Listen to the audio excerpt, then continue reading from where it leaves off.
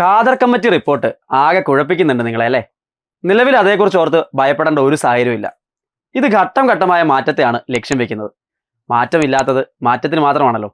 ഈ റിപ്പോർട്ട് എങ്ങനെ നടപ്പിലാകും എന്നതിന് സർക്കാരിനും വിദ്യാഭ്യാസ വകുപ്പിനും തന്നെ വ്യക്തതയൊന്നും വന്നിട്ടില്ല. 2030 ജൂൺ 1 മുതൽ പൂർണ്ണമായും പ്രാബല്യത്തിൽ വരുത്തുക എന്നതാണ് ലക്ഷ്യം. എന്തെല്ലാം മാറ്റങ്ങളാണ് ഇതിലൂടെ നടപ്പിലാക്കാൻ പോകുന്നത് എന്ന് നോക്കാം. ഖാദർ കമ്മിറ്റി റിപ്പോർട്ട് പറയുന്നത് പ്രകാരം 1 മുതൽ 7 വരെ പഠിപ്പിക്കാനുള്ള യോഗ്യത ബിരുദവും അധ്യാപക പരിശീലനവുമായി മാറും. എന്നാൽ ഇത് 2030 ആകുമ്പോഴേക്കും നടപ്പിലാക്കിയാൽ മതി എന്ന് റിപ്പോർട്ടിൽ തന്നെ പരാമർശിച്ചിട്ടുണ്ട്.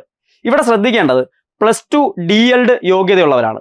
നിങ്ങൾ ഇഷ്ട വിഷയത്തിൽ ഒരു ഡിഗ്രി കൂടി 2030 മുമ്പായി എടുത്തു വെക്കുന്നത് നന്നായിരിക്കും. അത് മുൻപോട്ട് നിങ്ങൾക്ക് കൂടുതൽ അവസരങ്ങൾക്ക് വഴിയൊരുക്കും. ഇനി 6-7 ക്ലാസ്സുകളിൽ പഠിപ്പിക്കാൻ യോഗ്യത ഡിഗ്രി B.Ed ആകും. അതും വിഷയാധിഷ്ഠിതമായി നിയമനം നടത്തണം. സയൻസ് പഠിപ്പിക്കാൻ സയൻസ് അധ്യാപകരും സോഷ്യൽ പഠിപ്പിക്കാൻ സോഷ്യൽ അധ്യാപകരും ഭാഷ പഠിപ്പിക്കാൻ ഭാഷാ അധ്യാപകരും തന്നെ വേണ്ടിവരും എന്ന് സാരം.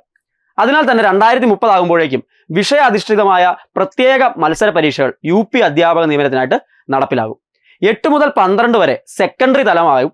ഇവിടെ PG B.Ed യോഗ്യത നിർബന്ധമാകും. ജൂനിയർ HSST പോലെ ഒരു തസ്തികയായി മാറും ഈ ഘട്ടത്തിൽ. ഇത് പക്ഷേ എന്ന് നടപ്പിലാകും എന്ന് റിപ്പോർട്ടിൽ പരാമർശിച്ചിട്ടില്ല. സ്പെഷ്യൽ റൂൾ വന്ന ശേഷം മാത്രം ഈ എക്സാമിന്റെ രീതിയും മാറും എന്നാണ് ഇതിലൂടെ വ്യക്തമാകുന്നത്. ഒന്നെന്തായാലും ഉറപ്പാണ്, ഇനി നടന്നാൽ ഒരു HSA എക്സാം കൂടിയായിരിക്കും നടക്കുക. പിന്നീട് അതിന്റെ ഘടന ആകെ മാറും. നമുക്ക് ഈ മാറ്റത്തെക്കുറിച്ച് കുറച്ചുകൂടി വ്യക്തമായിട്ട് മനസ്സിലാക്കുന്നതിന് കേന്ദ്ര സർക്കാർ സ്കൂളുകളായ KV, നവോദയ പോലുള്ള സ്ഥാപനങ്ങളിലെ നിയമനത്തിനായുള്ള പരീക്ഷകളുമായിട്ട് ഇതിനെ താരതമ്യം ചെയ്ത് നോക്കിയാൽ മതി. ഏതാണ്ട് അതേ രീതിയിലായിരിക്കും അധ്യാപക നിയമന പരീക്ഷകൾ നടപ്പിലാകാൻ പോകുന്നത്. അതായത് 1 മുതൽ 5 വരെ PRT അഥവാ പ്രൈമറി ടീച്ചേഴ്സ്, 6 മുതൽ 8 വരെ TGT, 9 മുതൽ 12 വരെ PGT എന്ന രീതിയിലാണ് കേന്ദ്ര സർക്കാർ സ്കൂളുകളിലേക്കുള്ള നിയമനങ്ങൾ നടക്കുന്നത്. ഇതേ മാതൃക 2030 ആകുമ്പോഴേക്കും കേരളത്തിലും നടപ്പിലാകും എന്ന് കരുതാം. എന്നാൽ ഇതോടൊപ്പം കൂട്ടിച്ചേർത്ത് പറയേണ്ട മറ്റൊരു കാര്യം കൂടിയുണ്ട്.